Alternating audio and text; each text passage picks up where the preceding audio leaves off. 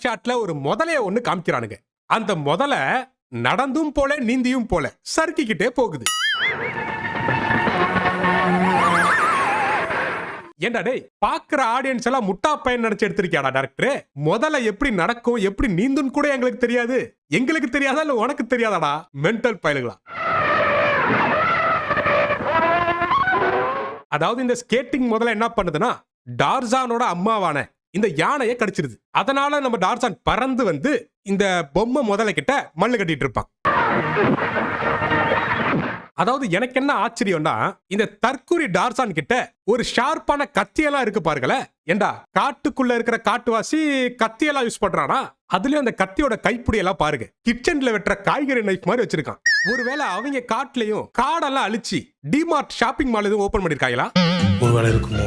சரி, இளவு அதை விடுங்க. கத்தியால அந்த முதலை போட்டு தள்ளிட்டு தன்னுடைய அம்மாட்ட போய் நலம்